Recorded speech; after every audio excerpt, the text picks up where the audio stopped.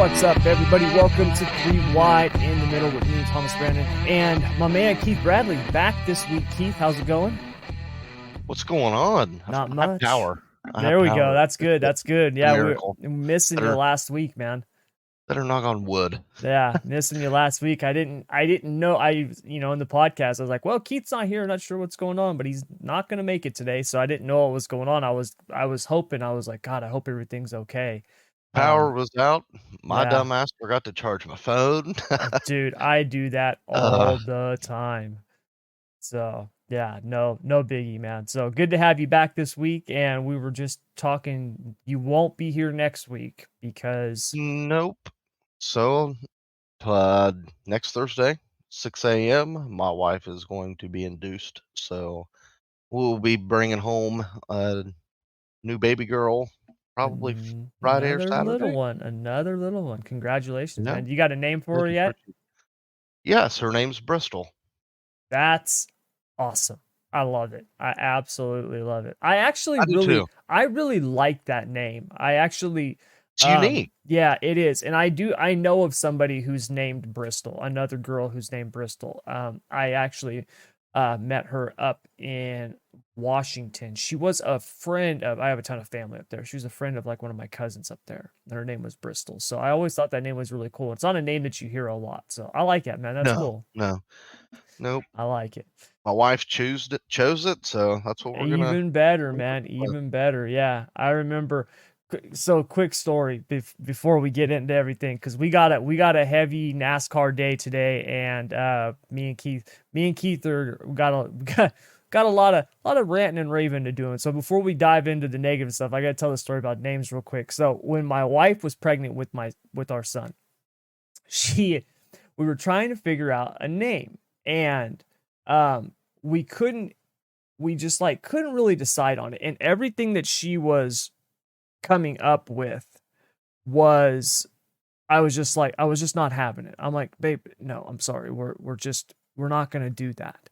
And, cause she wanted it to be a biblical name, which I was perfectly fine with, but the names that she was coming up with were like, Isael, Ephraim, like all these different names, and she's using obviously the, because she's from Mexico, her first language is Spanish, so she's using the Spanish pronunciation of the names, and I'm like, no, I'm like, I'm all for biblical names, my name is a biblical name, like I'm for that, but and so she tells me one day, and we're getting close, we got like 2 months to go, and she's like, so I'm like, well, what are we doing for the name? And she said, she's like, I like the name Zach. I go, Zach. Okay. Well, I said, one of my best friends' name is Zach. I like that name. And so I had been telling my family that we were going to name my son Zach. And so it's like 2 week to go before my wife is due. And we're out at the store and we're getting like a crib or something like that. And it's me, Sonia, my wife, and then her sister, Jessie. And I said something about Zach, and Jessie goes, who's Zach? And I go, the baby. She's like, Zach, I thought you were going to name him Isak. And my wife goes, yeah. And I looked at both of them. I'm like, what the hell is an Isak? Like, what the hell is that? And she's like, Isak, that's the name that I said, Isak. I go, I thought you said Zach. I've been telling my whole family we're going to name him Zach. And I go, what is an Isak? And Jessie goes, that's the Spanish pronunciation for Isaac. And I was like, oh, okay, that's better. So yeah, I was been telling my whole family for months that we're going to name him Zach. And my wife wanted it to be Isak, and we call him Isaac. So yeah, names can sometimes be can be up in the air. So Bristol, I like it. Definitely good choice on your girl's part. Thank you. Yeah. Thank you. So, all right. Well, like I said, everybody, we got a ton of stuff to cover today. And before we get into a number of different topics in our next segment, hit or miss, we've got to cover something in today's Open. And for those of you who've been following the NASCAR news, which there is a ton of it right now, one of the big things that came out this last week was NASCAR's response to the RTA's proposal. Now, for those of you guys who don't know, the RTA is the Race Team Alliance. So think of that. It's basically the race teams, okay? And they have essentially aligned on this, and they are trying to work out a deal with NASCAR in terms of the revenue split. Now, the TV deal is not up until 2024. So they've got some time on this still, but they want to make sure that they've got things like this ironed out before they negotiate the new TV deal. Now, just to give you guys a little bit of context, okay, the current TV deal right now is $8.2 billion. Okay. And that was that was essentially like a 10-year deal. So I think it was 2015 to 2024. Okay. And if you look at that based on inflation and stuff like that right now, which we know is out of control, especially if you're like me living in California, the next deal, just to stay kind of on par, is going to need to be somewhere between 10 to 13 billion dollars. All right. Now, the current revenue split that the teams have with NASCAR, because this is something that you have to understand, is that unlike most sports, right? If you look at the NFL, for example, in the NFL, if you look at the TV revenue, you essentially have two sides, okay? You've got the owners, right? The guys who own the team, and then you've got the players, right? Like that's essentially the revenue split. And the players get their money through the salaries. So as the revenues increase for the players, essentially what happens is the salary cap increases. Okay, this is the way that they do it. And there's obviously, for those of you out there who are very hardcore into all this stuff, I know there's a whole lot more to it. I'm just trying to make it as simple and as easy as possible to understand. So with NASCAR, there's actually a three-way split, and this is where it can get kind of complex and why it's also much more of a headache. So the current revenue split right now for the when we're talking about the TV money, okay, you're looking at 65% goes to the tracks, 25% to the teams, and 10% goes to NASCAR. Now, that is a little bit of it's a little bit misleading, okay? Because NASCAR, owns the ISC, which owns a bunch of tracks, right, that NASCAR races at. And so NASCAR actually gets about half of that 65% split that goes to the tracks, okay? When you talk about the track owners, you essentially have like a couple of really big groups that own a huge majority of the tracks, and then you've obviously got a couple of, single track owners, stuff like that. But for the most part, you're looking at a couple of big groups. One of those groups is NASCAR. So they're getting much more than just that 10%. They get a lot of that through the tracks. Okay. And so the RTA is essentially wanting a much bigger piece of the pie. And the reason for this is because they cannot rely on sponsorship the way that they have for the entire time that there has been NASCAR. All right. And this is because of a multitude of reasons. Now, for those of you who've, I've talked about this before, if you follow me on the YouTube, see my videos, or anything that I've ever done before, you guys know that I have spent more than a decade now in online marketing and sales and stuff like that. The days of slapping your name, right, your company on a NASCAR and seeing a big return is gone. Those days are gone. They've in fact been gone. Because here's the deal. Let's just take M&M's, for example, right? And let's just use a number that I've heard thrown out there in terms of primary sponsors at like the bigger teams, right? So you're talking the Hendricks, Roush, Stewart-Haas, Gibbs, that type of thing. You're essentially looking at somewhere between $200,000 and $300,000 per race to be like a primary sponsorship on a car. All right. When you do the math, right, you start looking at that based over the course of a 34 race schedule, you're looking at $9-10 million a year, right? Obviously, give or take, there could be more, there could be less. Now, if you're spending $10 million to sponsor a NASCAR team, right, your return on that needs to be greater than $10. In fact, it needs to be a lot greater than $10 million when you start looking at things like overhead, right, taxes, and those types of things. So when you see a company like Mars, right, M&M's pull out, that should tell you something. And the reason why that should tell you something is because Mars, M&M, right, they can go to somebody like me and they can give someone like myself way less than $10 million, and I can get those ads in front of 10 times as many people than they can on a NASCAR. It's just a fact, right? It's just a flat out fact. Okay. I don't care what NASCAR team is the sponsor is on. It does not matter. Napa, Mountain Dew, National Guard, you name it, right? There's millions of marketers out there, and they don't even have to be very good, who can get those brands in front of far more people at a fraction of a price. And that has to do with where we're at today when it comes to social media and things like that.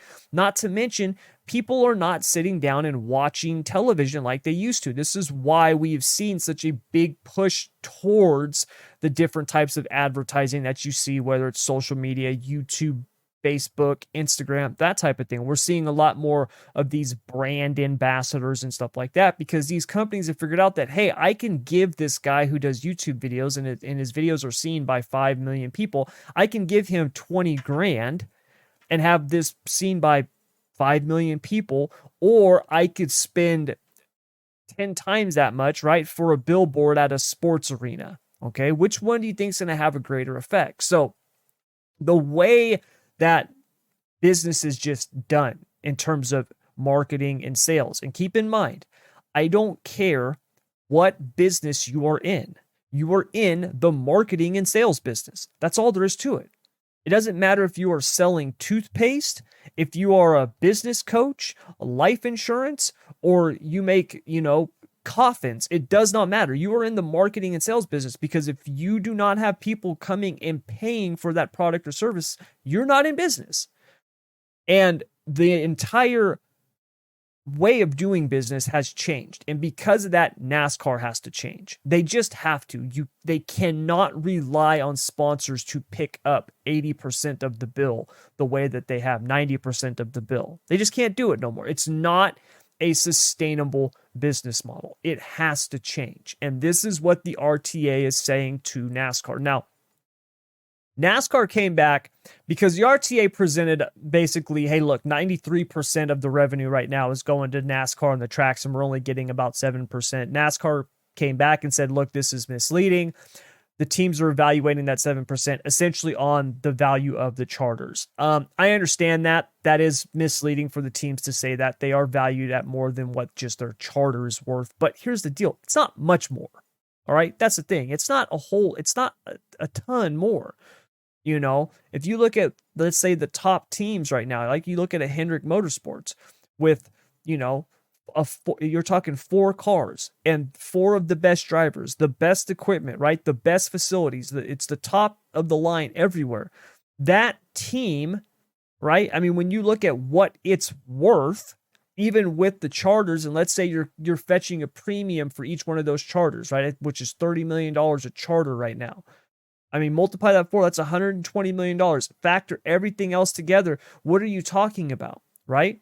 Are you talking about $1 billion at the highest end? $1 billion, right? And look at the manpower and stuff like that. Look at the travel expenses, the logistics. So you cannot have these teams just running on sponsorship dollars. It can't work no more. And the NASCAR came back with the counter offer, and Jeff Gordon was like, yeah, we are way far apart. Now, a couple of things on this. Number one, That's to be expected. Any negotiation, that's the way that it is. Keith, I'm sure you've been in negotiations before, right? When somebody, you're negotiating with, you don't come out and just say, all right, here's the bottom basement thing that I'm willing to take. You're always going to shoot high because that's what you do. One side shoots high, the other side shoots low. You hope to meet somewhere in the middle. Am I right, Keith? Oh, by 100%. Yeah, so that's to be expected. Now, from the way that it sounds, though, and what really got me fired up about this was not only the fact that NASCAR came in low, but then they also came in with you guys need to look at cutting costs more. And that to me is kind of a slap in the face. Keep in mind, NASCAR is already, the teams have already cut costs, right?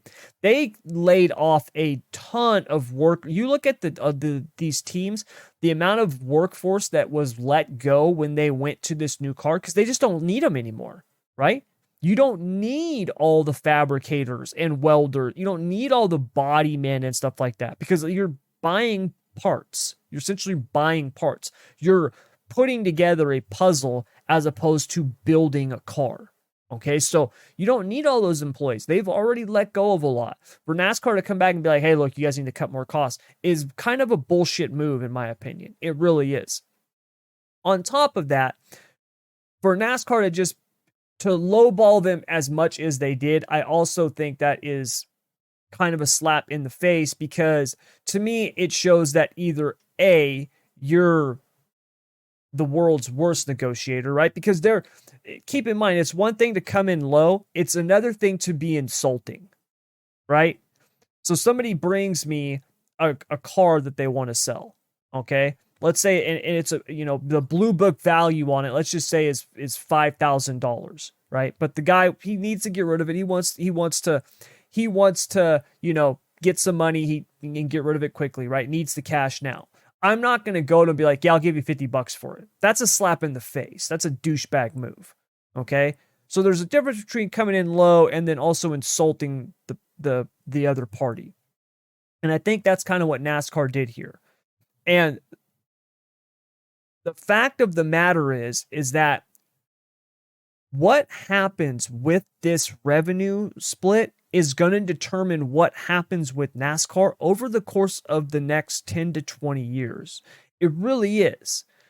You got to understand, when you look at the teams that are wanting to make a move into NASCAR, take a Dale Earnhardt Jr., right? Junior Motorsports, that's on the back burner now. You're not going to spend $25 to $30 million on a charter if you don't see the income increasing in the future. You're just not going to, because you have to get a return on that investment. Okay? You have to. All right?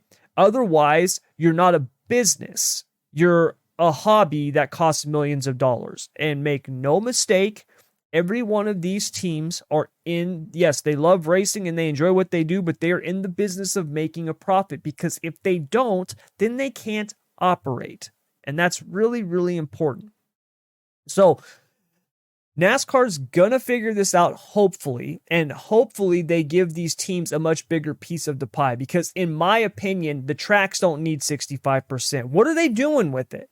Right? At the end of the day, what are they doing with it? I mean, are we seeing massive improvements to the facilities? Me and Keith both, ranted a couple months ago about these tracks that don't even have freaking Wi-Fi, right? So what are you doing with your money?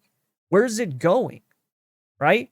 We got the tracks with shit surfaces that race like crap, horrible facilities, and they need to get a bigger piece of the pie? No, it needs to go to the teams, because here's the deal. Nobody goes to a NASCAR race going, man, whew, can't wait to see Bristol in action. No, you go to the racetrack going, man, I can't wait to see these guys race.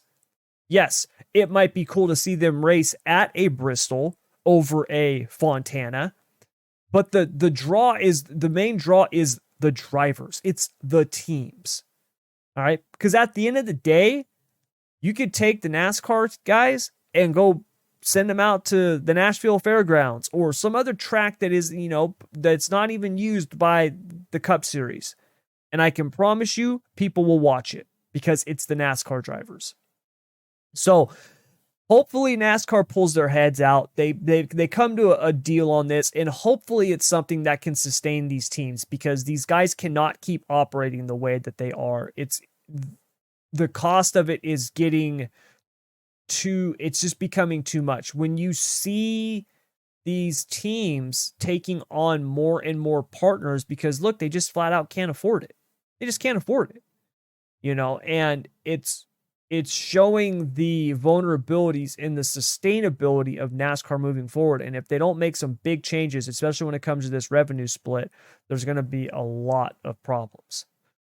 So, Keith, you got any thoughts on that? I know I covered a I ton there, just but I feel the same way. Like I feel like they need to share some of the pie to the teams yes, I because do I too. mean, let's face it, if you're a smaller budget team, you're barely staying afloat, and when it makes more sense to run, if you got a four-car team and it makes more sense to run four cars because it's more affordable, Mm-hmm. there's a problem. And I don't think it's going to end up ending well.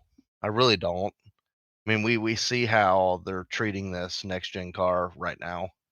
Yeah, They're not playing. They're not taking driver safety pretty very serious at all right now. So I don't think it's going to end well. I hope it does because I think the teams need more. Because if you're going to ask them to travel across the country, mm-hmm. they just deserve more. I Yes. mean, we see the prices going up, and then to hear, well, you guys need to cut back on things. Well, what the fuck else do you want them to cut back on? Yeah, exactly. I mean, everything else is third party now. The whole car is third party. They've already cut back employees. I mean, we've seen the likes of Stuart Haas, Hendrick, and Gibbs go from having upwards to 1,000 employees to maybe 500, if Yep. that, if that. Yep. It's So it's been the cuts have been massive and I think there'd be more money saved if we would use our brain.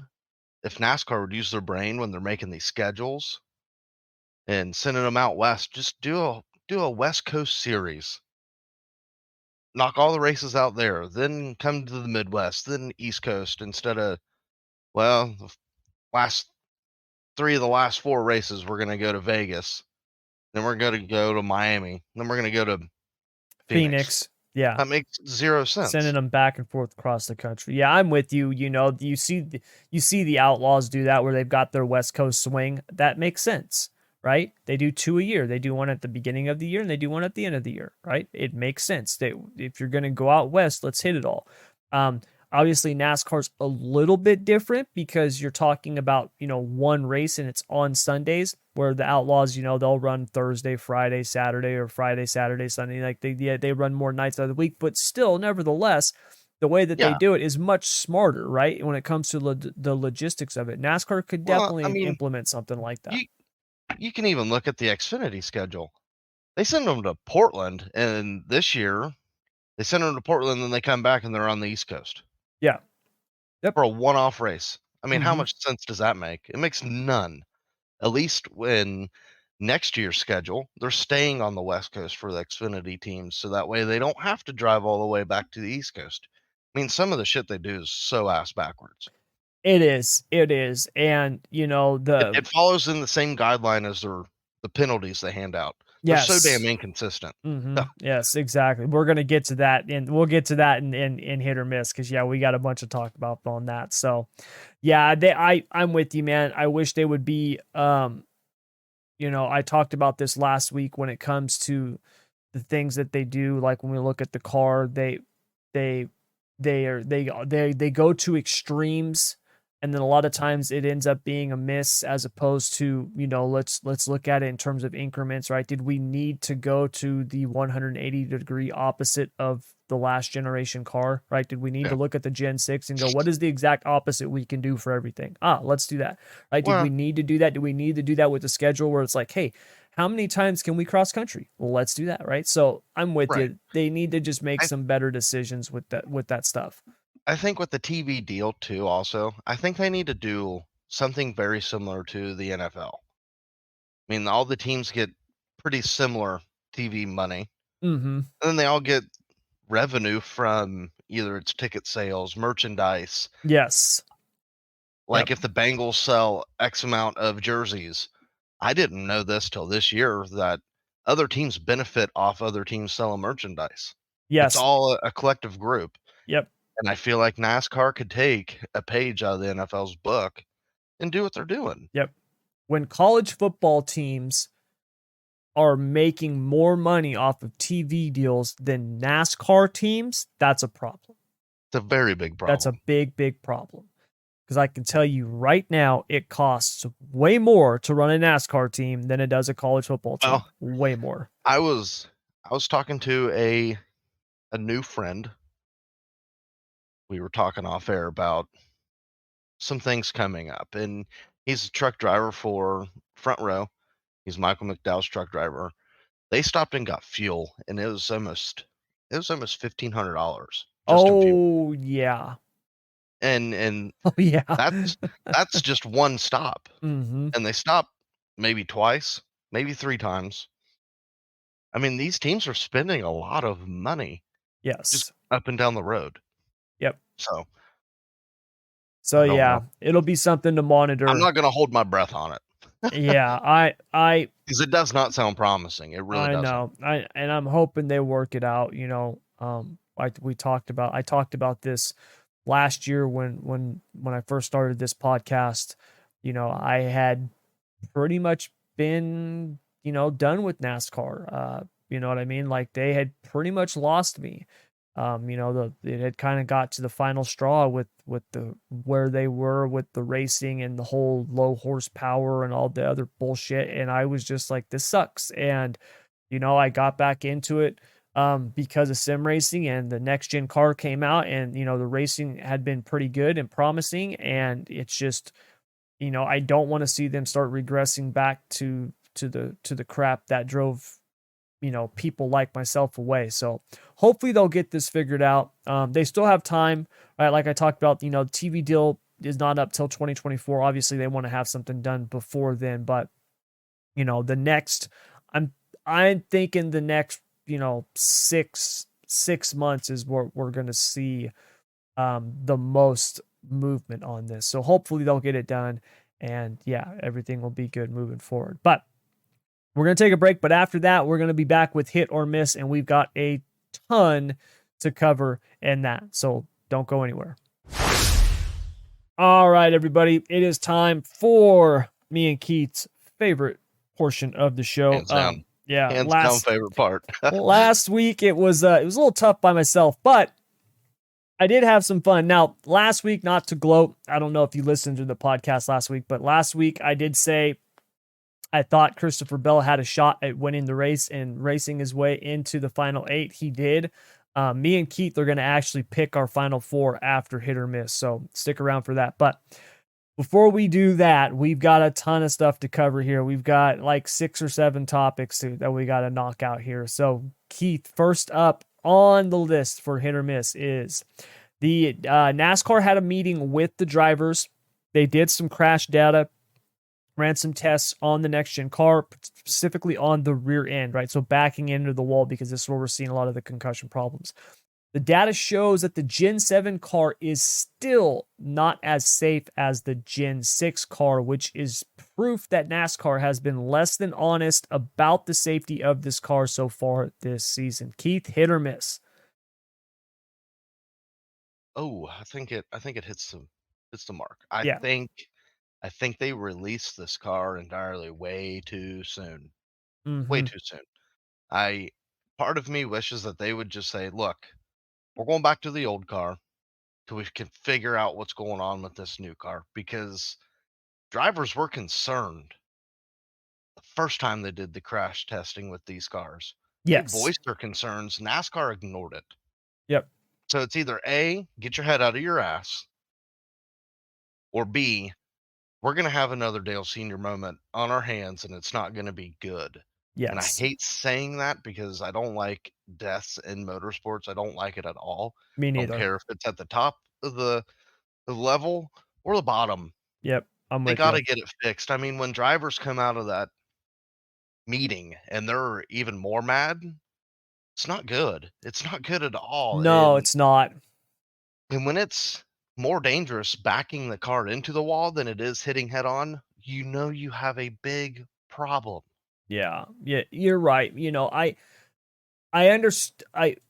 Part of me understands a little bit where NASCAR was coming from when they talk about the safety of this car. I get it. This car was designed to really withstand those, the catastrophic accidents, right? Where we're talking about Ryan Newman at, Daytona, right? Like that type of accident. Tony Stewart at Daytona, or, you know, even like a Dale Earnhardt at Talladega back in the day, right? Where you're talking about these massive accidents where they're not only barrel rolling, but they're getting hit in the windshield and in the side while they're flipping. Like I understand that, and that's fine.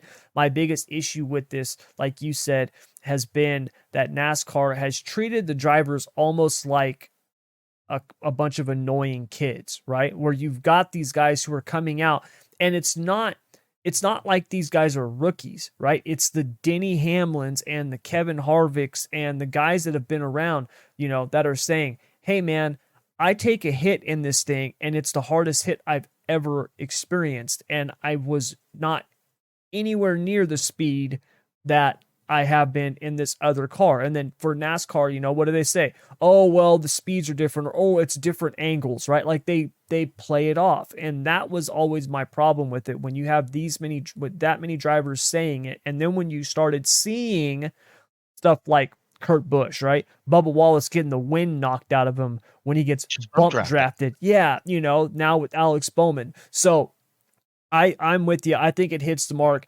So, NASCAR dropped the ball and they're trying to fix it. when was the last time you seen this many guys be knocked out of races for concussions? When's the last time? Never. Never. Yeah, few and far in between. Yep, never. When I was racing, a wise man told me it's not the biggest crash that's going to get you, it's the smallest. And if you go and you watch the Kurt Busch incident, harmless crash. Alex Bowman's crash, Mhm. harmless. But look how much the movement of the driver is taking inside the car. I mean, there's a lot of movement. They're almost getting a whiplash effect when they're backing into the wall. And I Yes. know I missed last week, and I'm gonna hit on it real quick. There's a reason why Talladega wasn't as good as it usually is. Mhm.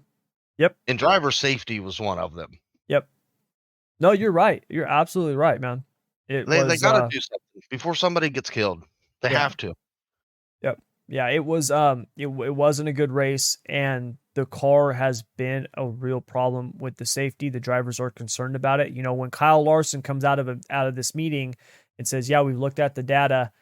It's better, but it's still not as good as the Gen 6 car." That's a problem, right? That's not progress, that's regression. And it doesn't help the fact that the car now is not even we're not even getting the good racing. Like that makes it even worse. Right? It was one thing for this thing to be like, "Oh man, these wrecks are hurting," right? At the beginning of the year, these guys are like, "Man, these hits are hard, they hurt more." But we didn't have people falling out with concussions, and the racing was still pretty good. Now the racing sucks, right? At the short tracks and the road courses, absolutely just horrible. And the drivers are are getting hurt, and they're scared, right? Not all of them, right? And I'm not saying they're scared in the sense that like they're just not going to push it, but it's in the back of their minds, and that is something you never want to have in the back of your mind as a driver. I've talked about this last week. I know people who were race car drivers who lost their edge, who had that bad accident and couldn't do it no more. Admitted to it. Was I just mean, like, "Dude, lost my edge, couldn't do it." we are seeing it happen Yep. now in front of our eyes. Yep. So, yeah, NASCAR, I applaud them for wanting to work on this rear clip and make it better. I will give them credit for that. We'll have to see what happens, but to me, Remember it's been way too long. They should have been doing this months ago. remember when they changed motorsports by saying we're gonna be more safety aspect into it? And they did. Yes, Fuck they doing now? exactly. Yep, Not giving a crap. That's what they're doing. yep. So, but it's just it's frustrating. I can't imagine how frustrated the drivers are. I really can't. So, all right. Next. This one kind of hurts. So, NASCAR's whole lower horsepower concept to attract new OEMs is obviously not working after Dodge confirmed they will not be coming to NASCAR in the near future. Hit or miss, Keith? I think it hits the mark. Yes, I'm with you on that one as well. When when you have new OEMs wanting to come in, whether it's Dodge, Nissan, I think Honda was rumored at one point. You gotta get them. You gotta bring them back. Hell, I remember back in the day when you had Chevy, Ford, Dodge, Pontiac. Mm-hmm. We need to get back to that, I think. Yes, I'm But with you. we're gonna put that over there with the safety. Yeah. I don't think they know what they're doing right now. It doesn't seem like it. That's that's kind of the frustrating thing. It doesn't seem like it. You know, the whole I've never liked this low horsepower crap. I've never liked it. I've always thought it was stupid. I went off on this last week when I talked about the whole, you know, wanting to do this lower horsepower to make the cars, right, to attract more OEMs, make it more like the street cars. Well, here's the deal, folks. There ain't a lot of street cars rolling around at 670 horsepower, all right? And there ain't a lot of street cars that look like these NASCARs. Give me a freaking break. Yes, these cars look more like their street car counterparts than the previous generation, but my God, we stopped pretending these things were stock cars when they started the modern era. Give me a break, right? Like these are freaking race cars. So let's have Uh, them be race cars, man. you you Like, know it's a what are we problem. doing? You know it's a problem when they can't even spin the back tires. No, that's the thing, man. You know what I mean? It's just, you know, to me, I've always talked about this. My favorite generation was if you look at it in terms of the generations, it was the third generation of the cup cars, the late 80s, early 90s. That was my favorite generation of the cars. Um, they were, aerodynamics were starting to become a real thing, but it's not like, we didn't have all this aero push crap and stuff like that. You had the old, Ford Thunderbird and the Chevy Lumina and stuff like that. And the racing was so much better. It was just the cars had a lot of horsepower. You had to drive the cars. You couldn't just go out there and mash the throttle. And it was And it's just, thick. yeah, it was fun racing. And we don't have that right now. The biggest issue that we're running into, in my opinion, with this car at the road courses and the short tracks is the cars are almost too good now, right? And if you go back to the beginning of the year when drivers were struggling with these cars, me and Keith both said that was a good thing, right? This is if this is supposed to be the premier motorsport, right? The premier level in motorsports racing here in North America, okay? Then it should be difficult. It shouldn't be simple, right? Not everybody should be able to get into the batter's box and hit a 98 mile per hour fastball. Guess what? They can't. It's the same thing with the cup car. Not everybody should be able to get in there and drive those things. And the more that these teams work on these cars and figure them out, the better they are getting, which means the easier it is for the drivers to drive them. And yes, they've had issues with the tires and stuff like that, but overall, these guys, they're all figuring these cars out and getting fast. And there's less and less room, right? Margin for error. There's a couple of things that they could do that would make the racing so much better that wouldn't have to be drastic changes to the car. Yep. And I think I trying to figure a good way to word it. The racing so far has been really good. I will say that. Yes. But hindsight, the Xfinity races have been way better. Yes. I said it when the Xfinity when the current Xfinity car came out back in what was that 2017, 2018. I remember when I first saw it, I was like, that should have been the cup car. That was my Yep. initial thought. I was like, that should have been the Cup car. They should take that car, give it 800 horsepower, and there you go. And not to go back on the last subject, but hell, even then, put these Cup guys in the Xfinity cars while we figure out these next gen cars. Yeah, do something. It's just, yeah, it's so frustrating. It's so frustrating. It's So, laughable at this point. yep. So, which leads us into our next topic. After another boring race, the Roval was horrible. It was not good racing. NASCAR needs to increase the horsepower and decrease the downforce even more when it comes to short tracks and road courses. We're just talking about short tracks and road courses. Hit or miss the mark, Keith. It that 100% hits the mark. Yep, I'm with you. They've got they've got to do something to figure it out because at the beginning of the season when we first talked about this car, we were like, man, these short track races are going to be fun to watch. The road courses are going to be fun to watch, and they haven't. No. They've been so boring. Whether it's give them 1,000 horsepower, like Kevin Harvick's mentioned, or take the damn splitters and diffusers off. Yep. They've got to figure something out because, fortunately, we're going to go to Martinsville, and it's going to be another snooze fest Yep. because they still didn't figure nothing out at the tire test that they did at Martinsville. I mean, nothing's going to change right now. That's the shitty part. Yeah, I it remember is. the I remember in the sport, the car of tomorrow, where they'd run. I think it was '07. They'd run the car of tomorrow in certain races, and then they'd run the Gen 5 car. I think it was Yeah. Well, that Gen was, 4. yeah, the COT is how they that's how they brought in that car. But that's what they did. Yeah, And they should have done something like that with this car, you and know?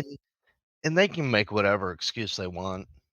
They can. They blamed it on COVID happening and this, that, and the other. Well, your road course package sucks. Yeah. Your short track package sucks. And the unfortunate part is the Roval sucked. Yep. I think Martinsville is probably going to be the same Martinsville race we've seen earlier this year. You make a mistake, you downshift, you drive out of the mistake, and bam, nothing ever happened. Yep. So, yeah, it's just 1,000 yeah. horsepower, little to no downforce would be perfect at short tracks and road courses. Yeah. Um, I've heard the argument on the horsepower where it's like, hey, look, these cars were not designed to handle that much horsepower. You know, the motors, they would have to change components and stuff. I get that, and that's fine. Okay. I understand it. That's fine. You can't crank them from 670 to 800, whatever. Fine. Then get rid of the downforce, right? At a track like Martinsville, downforce, it doesn't matter. Figure out something with the gears, figure out something with the shifting, right? You got all that technology on them cars. You're telling me you can't figure out a way to where it's like, hey, look, man, once you guys get to high gear, you ain't shifting no more, right? There's got to be a way you can figure something out with the Yep. shifting or something as a way to fix the problem until you can dial in other stuff. In terms of all the other tracks, though, when you talk about a Bristol or a road course or even like a Dover, right? A New Hampshire, whatever, chop that rear spoiler off. You want to keep the diffuser because you'd rather have the underbody aerodynamics in terms of the overbody. I'm with you. The underbody downforce is much better for passing and stuff like that because you don't get the turbulence. Fine, keep the diffuser. Get rid of the rear spoiler or chop that bitch down to 2 inches, right? Do something because right now what you've got on these short tracks and these road courses is horrible. And keep in mind, that's why they built this car the way they did. That's what this car was supposed to shine at these tracks. And it's been the 1.5 tracks where they have shined. And the other ones, they've just been horrible. I don't know how else to put it. So, yeah, I'm with you. They need to do something. So, next one. This news came out, probably got lost in the shuffle for most people, but NASCAR has delayed their electric exhibition series, okay, that they were going to be doing next year. It was an electric exhibition series that they were going to be running, like 6 races or something like that. And they have delayed it. So the delaying of this exhibition series is a good thing for NASCAR, Keith. Hit or miss? Hits the mark. They can't even get the new car right yet. So I think before they dive off into something they've never done before, let's fix what we have now before we jump into this whole new car. Yes, I'm with you. I'm I think it's a good thing that they canceled it because for now, like you said, they've got bigger fish to fry. That being said, I do think it could have been an opportunity for them to start testing future theories. Now, once again, I talked about this last week, them going opposite direction, right? Why did they have to go full electric? Could they not have done hybrid? They've talked about implementing hybrid in NASCAR, which I'm fine with, right? We got hybrid in F1. I'm fine with that. But this could have been an opportunity for them to start testing some of those theories and looking at that. Use that series as a way to kind of work the bugs and kinks out before you go putting it into the Cup series and then being like, oh crap, we got some problems on our hands. So I'm with you. They've got bigger fish to fry right now, but I do think it was a potential opportunity if done correctly. Oh, Unfortunately, they probably weren't going to do it correctly though. So and I completely agree with that. I do.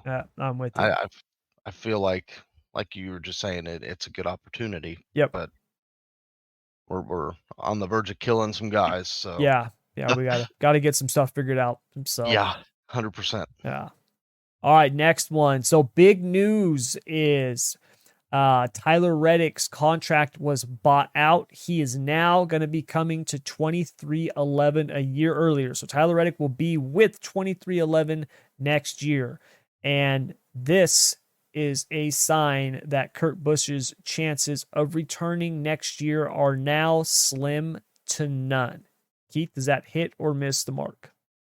Unfortunately, I think it's going to hit the mark. I mean, Kurt Smith since Pocono. That's a long time to still be feeling the effects of a concussion. Yes, Um, the unfortunate part is I still think Kurt has a lot left in the tank. I do too. Um, it's very unfortunate that if he does truly end up retiring, like there's some indications that could be happening, it's a shame. It's a shame that it's came this way in him retiring this way. Yep, I'm with you. But a hindsight 50-50, I also didn't think Richard Childress was gonna hand a go out and rent a team for Tyler Reddick. No, when he When said when that, I Tyler was Reddick, like, that's bull. yeah. They're not gonna do a third Well, team for 1 year. there was rumors that they were gonna go rent the 78 team for next year for Tyler Reddick. But I mean, we've seen how the fallout of Kevin Harvick and RCR happened. Yeah. Yeah, RC don't operate that way. Nope, he doesn't. So yeah, I'm with you. I agree. I don't think Kurt Busch is going to be returning, which I'm with you. I think it sucks. You know, when this happened, when he went out, I was hopeful that he was going to come back.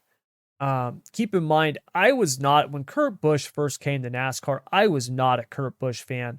Me either. I was not. I think one of the greatest moments in NASCAR history was Jimmy Spencer hitting him. I really do. Like, you know, when you hear that story and how Kurt Yeah. Busch used to act, and I know obviously those of you guys who have been around long enough, remember how Kurt Busch was when he first came to NASCAR. Dude was a punk.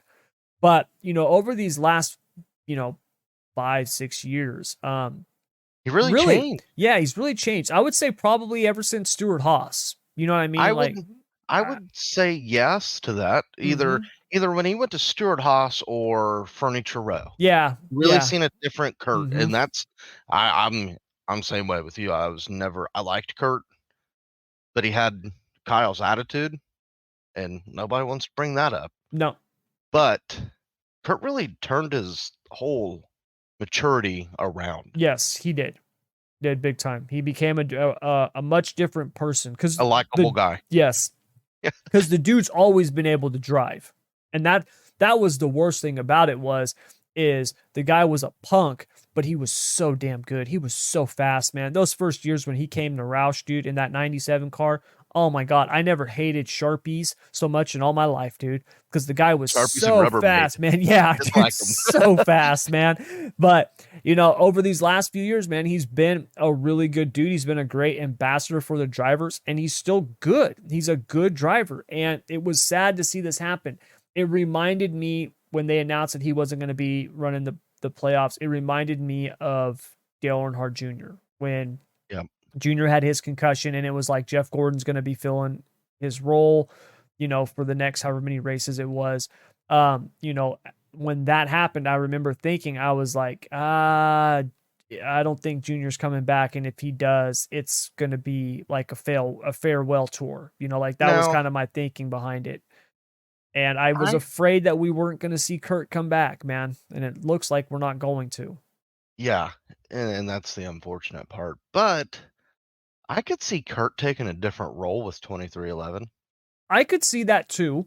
I definitely whether it could. be a driver coach to Bubba Wallace and Tyler, Yes. or maybe some sort of, I don't know,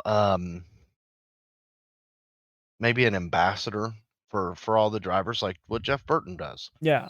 Yeah. No, I'm with you on that. See, I I could see him think he's going staying to be under done as a 2311. full-time. Yes, I think he's done Yeah, as a full-time driver, but I don't see him leaving NASCAR. I see him being around.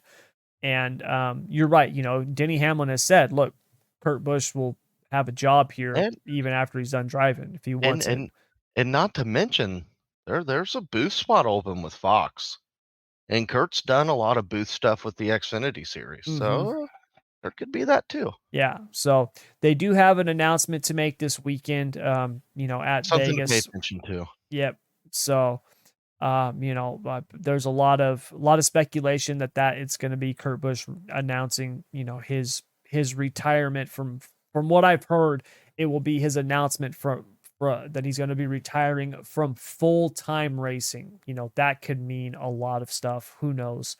Right. I remember when Mark Martin did that and then he came back and ran at Hendrick for 2 years. So, I mean, who knows? But It caught a lot of fire. yeah, so who knows? But yeah, I I think our man's done. So yeah, tough break, but good that Tyler Reddick has got himself a seat now figured out for next year because that was obviously you know up in the air what was going to happen. And I gotta say, going into next year, I mean, a lot's going to depend on what they do to the car, but Tyler Reddick is already one of my He's definitely a favorites. favorite. Yes, for next year because the guy can drive, man. So, all right, next one. Oh, this is a big one. So, for those of you who did not watch the Roval, or maybe you only got through the first part of it and then shut it off because it was so boring, at the end of the race, going down the backstretch, you had Cole Custer blocking essentially. Chase Briscoe was able to get by two cars. Okay. And they have penalized Cole Custer for this. So, hit or miss. NASCAR has showed massive inconsistencies for their penalty of Cole Custer for blocking and helping Chase Briscoe, since they did not penalize Chase Elliott last year for doing the same thing. Hit or miss? It hits the mark. You're gonna do it to Cole. Should have done it to Chase. And Yes. I've argued with a few people about this subject. Well, there's no evidence that Chase did it. Well, I mean, if you go back and you listen to the radioactive episode from Bristol of that season, he clearly got on the radio and said, "Where's the 5? I'm going to help him." Now, hindsight 50-50. The hell do you think that means? Yeah, He's going to go block the 4. yeah. He's going to go run the 4 the same way the 41 did the 3 and the 42. Mm-hmm. No. We're in racing. This is a team sport per se. Yep. Cole Custer didn't have anything to lose. Why not break a little sooner? Help Yep. your teammate out. That's what he did. Yep. See it happen all the time. Yep. Now, here's where it gets interesting. Now, did Now you the radio hear? traffic from the Yes, 41 is a little the suspect. radio So traffic, and that's where NASCAR. That's what NASCAR said. So NASCAR has Geraldo it. actually come out, yes, since they said, "Hey, look, Custer's penalty was premeditated." This is what they said. His was premeditated because if you listen to the spotter, he's saying, "Hey, tire down. You got to tire down. You got to tire down. Check up, check up, check up." He slows way up, and then coming out after he gets past and basically does his job, coming out of the corner, he said the spotter's then saying, "All right, pick it up, pick it up. It's just a rub." It's like essentially they're saying, "Hey, look, he was just telling him that to get him to slow up." That was Let premeditated. Briscoe go by. Yeah, let Yeah. Briscoe go by. So it was premeditated. Now, And here's the thing, though, and this is really important. All right. Because that has nothing to do with it in terms of the penalty. At least it shouldn't, right? When we look at what Custer did and what Chase Elliott did. Because if you look at the NASCAR rules, right, their penalty code, okay, it says NASCAR requires its competitors to race at 100% of their ability to achieve the best possible finish in the race event. Any competitor who takes action with the intent to artificially alter the finishing positions of the event will be subject to penalty. Now, when they defined 100% of their ability, NASCAR does put at the end of that NASCAR's sole discretion, meaning that they can kind of choose, like, hey, we can kind of decide if we think, either or. But according to their own rules, Chase Elliott broke the same rule that Cole Custer did. Doesn't matter if it was yeah. premeditated, they did the same And thing. and what I think what makes it worse is Chase Elliott took a win away. Yes. Cole Custer, I'm not gonna say he altered the finish to an extent because I think Chase Briscoe is gonna throw it in there either way. Yes. And that was Uh, another argument that NASCAR used at the time. He was tied, I believe, with Kyle Larson and held the tiebreaker or something along. Like they were saying he was going to be getting in anyways. He was already in a position to get in. but I mean, you can't really guarantee that No, because you can't. what if Chase goes into that dog leg there and then gets turned like he Mm-hmm. did before? Then Yep. what? Yep. So You're yeah, you're in the same situation. So I don't agree with the penalty at all. I no, mean, only because it's not black and white anymore. no. I'm so lost on what the hell they're doing because I mean, you want to talk about altering a finish. What Chase Elliott did, that altered a finish. Oh, But absolutely. before was going to lock himself into the playoffs with a win, and Yep. he didn't. Yep. And this is why I don't like Chase Elliott and or his fans because I don't know. I'm gonna stop there. Yeah. So yep, I'm with you. The the inconsistency, we've talked about it before. It's so just frustrating. I don't know how else to put it. It's just frustrating. And the fact that we had so many issues happen this weekend at the Roval that had huge implications. Huge implications. It's just mind-boggling. It really is. Now, our last one we got to cover, which is another penalty issue and another mind-boggling one, involves William Byron. So William Byron's penalty, if you remember, he got penalized for his actions with Denny Hamlin at, what was that, Texas? Yeah. Yeah, Texas. And they appealed it. And essentially what they did was they increased his fine to $100,000 and gave him back the points that they had deducted. So, Keith, hit or miss, the appeal of William Byron's penalty, giving back his points, altered the final 8 of the playoffs. Hit or miss? It definitely hits the mark because you had playoff guys going to Talladega and race that race completely different. And then 2 days Yes. and then 2 days later, oh hey, we're gonna give Willie B his points back. And now Chase Briscoe goes from being in to being out. Mm-hmm. Yep. And Chase even came out and was like, I had to race Talladega completely different, thinking that we were going to be out or thinking that we were in and we wanted to be there at the end of the race. And then bam, hey, we're going to give you your points back. I think it's so dumb. And Yep. this is where we're talking about it. Nothing's black and white no more. No. Now NASCAR after that, and first of all, I think it hits the mark. But after that happened, and also you should know NASCAR does not actually handle the appeal. That goes through like a third party. My problem, I have two problems. Problem number one is if you're gonna have this situation and the appeal go through, and if you have your appeals process, it goes through and it gives William Byron his points back, that's fine. But that being said, this has to be done much, much quicker. You cannot have a race take place in the playoffs without this being done, right? Like we talked about, Talladega happened, and then a couple days later, they reverse the points. You can't do that. This had to have been taken care of before Talladega. If it can't be taken care of before that, then you know what? It shouldn't be changed, because that has just too much implication to it. William Byron being 25 points, let me tell you right now, that is well worth $100,000 to that team.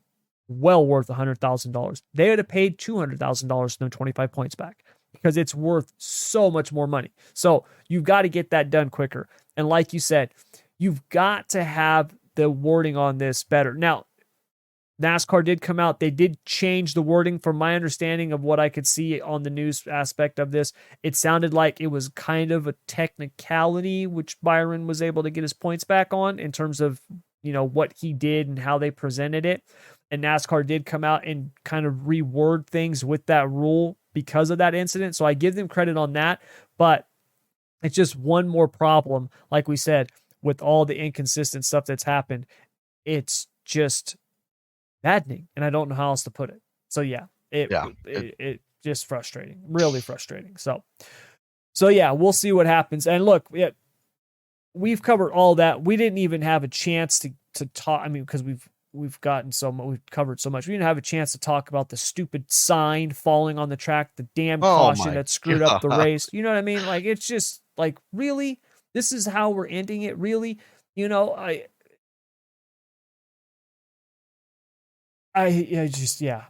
my God. And look, hats off to Christopher Bell.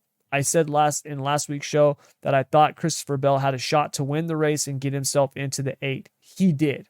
The opportunity was there. He took it, and it worked. So hats off to him. But that should have never have happened. It just should have never have happened. For that to be, oh my God, it's so frustrating. I mean, to have a sign fall like, it's just so stupid. It's so stupid. It's just Bush League, man. It really is. So yeah, very frustrating. But anyways, moving on. So we are going to pick our final 4. So who we think is going to make the final 4 going into the last race at Phoenix. Now, for those of you who don't know, maybe you haven't been paying attention, as of right now, your 8 in order, we have Chase Elliott first, Joey Logano second, Ross Chastain third, Christopher Bell fourth, Ryan Blaney fifth, William Byron sixth, Denny Hamlin seventh, and Chase Briscoe eighth. So, Keith, who is your prediction for the final 4? Well, I think, of course, Chase is going to make it. I think he's going to make it pretty easily. So I'm going to go Chase, Joey Logano, Christopher Bell, and I think this guy will sneak his way in under the radar. I think Chase Briscoe makes it. Okay. I'm going to use him as a dark horse. You've got Chase, Logano, and Bell. Yep. All right. I think Bell wins the championship. And you think Bell wins the championship, huh? Yep. Okay. Strong right now. We're gonna pick our championship winner when we get to the final 4. And speaking of which, I'm working on it right now. I got to figure out a couple of things, but if we can do it, I think we're gonna do a watch party for the championship race. So we're gonna actually stream it live on YouTube. We'll watch the last race live. So that's something I'm working on right now. I don't know if we'll get a chance to do it, but stay tuned for that because we might build it if I can swing it. So, anyways, final four for me. I'm gonna go a little bit different route here.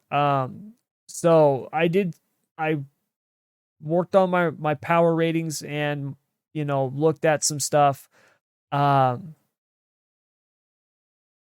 for me, number one, I'm gonna go Ross Chastain.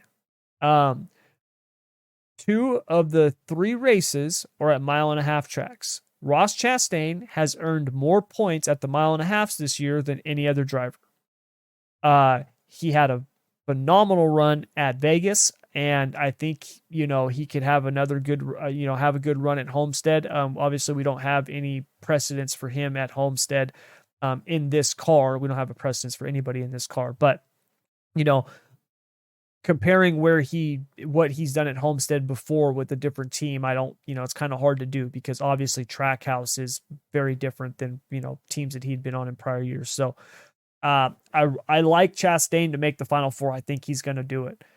I also think Denny Hamlin's going to make it. And I got to admit, it's really a sentimental pick. I really want to see Denny win the championship this year. I just want to see Hamlin win a championship. I do. I struggled with this one, man.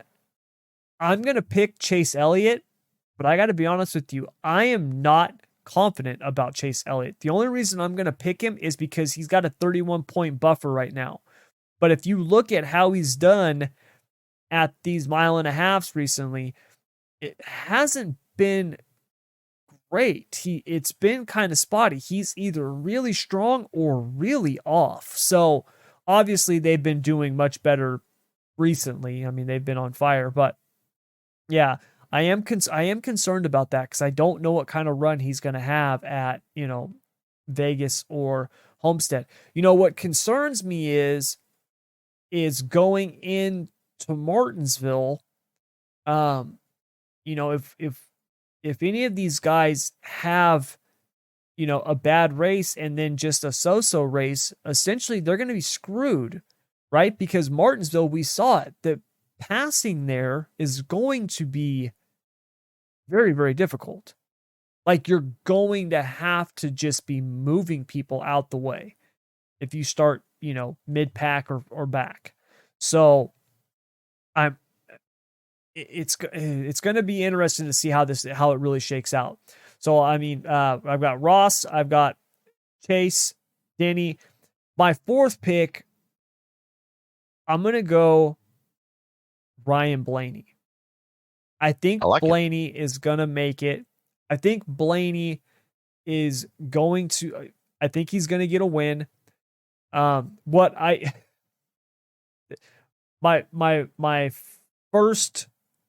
ideal situation is Denny Hamlin to win the championship.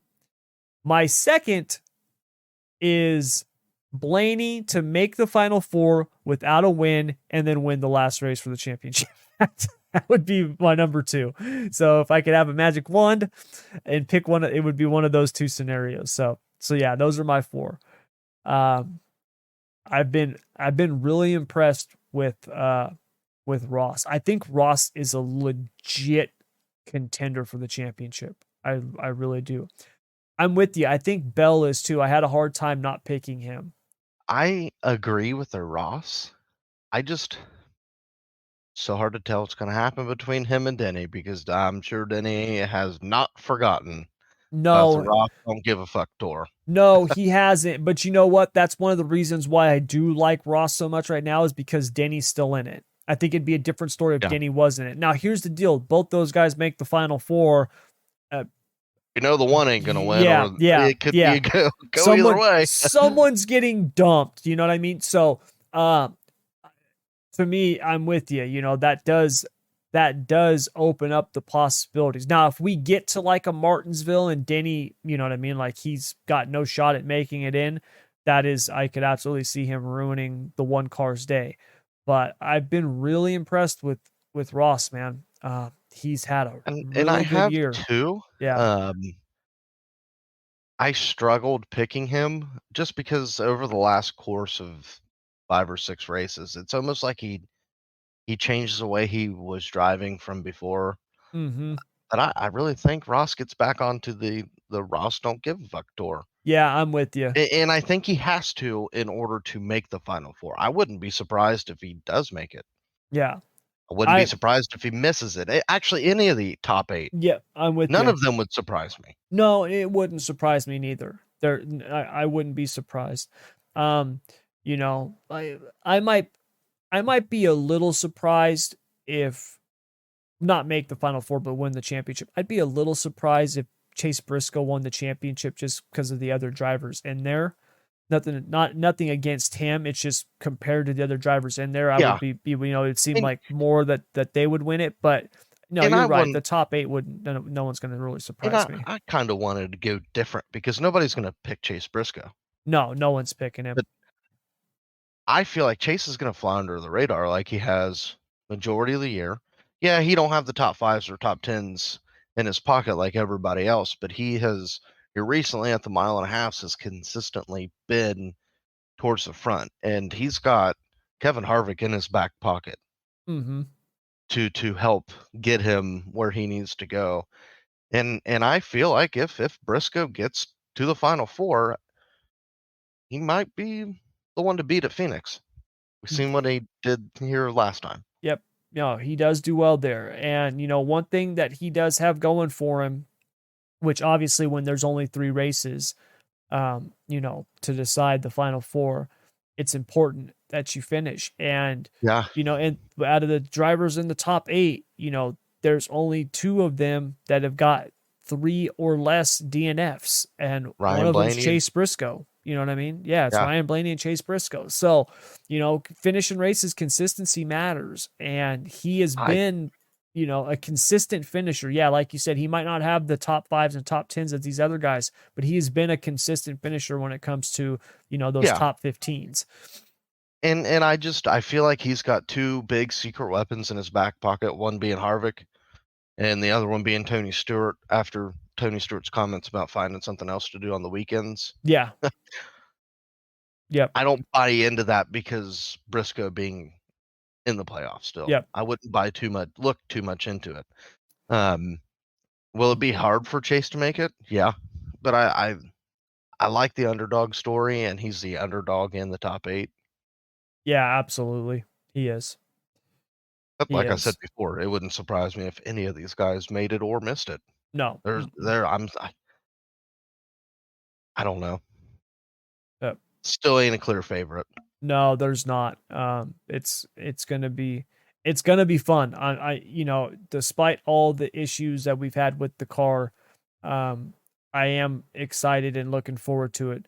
Especially just for the fact that the car has raced pretty good at at these types of tracks, these mile and a half tracks. It's actually been pretty good. Martinsville, obviously not so much, but Vegas was a good race this year. I expect Homestead to be a pretty good race just because, it's a different mile and a half, but that track is unique with the progressive banking. It's also a pretty slick track, like you've got to really, those corners are tight. You got to really work the throttle and, Might even see a handful of toe linkages get broke. yeah, exactly, and even Phoenix, you know what I mean? Obviously it's a 1 mile track, And but it races decent. and here's what makes me nervous about the Chase Elliott pick. And he's not my favorite to win the championship just because they've been very inconsistent over the last 5, 6 races, whether it be the 9 or the 5. Mm-hmm. If the 9 is struggling, the 5's doing okay. Uh, but if the 9's struggling, it's almost like the whole Hendrick organization's struggling. Yeah. Yeah, you're right. You're absolutely right. Um, he's definitely been the banner carrier for the organization He this really has. season. Yeah. So we'll see what happens. It'll definitely be interesting. So Anyways, that's gonna do it all for today's show, you guys. I will be back next week. Like we said, Keith will not be here. He's gonna be having a baby, but I will be back next week with another episode of Three Wide in the Middle. So please do us a favor, download, subscribe, share it. You can find us on Spotify, Apple Podcasts, or anywhere else that you can find podcasts or get your podcasts. So Keith, my man, have a good weekend. Thank you. You too. I will. Everybody out there, enjoy the races, and we'll be back next Thursday. And until then, as always, take care.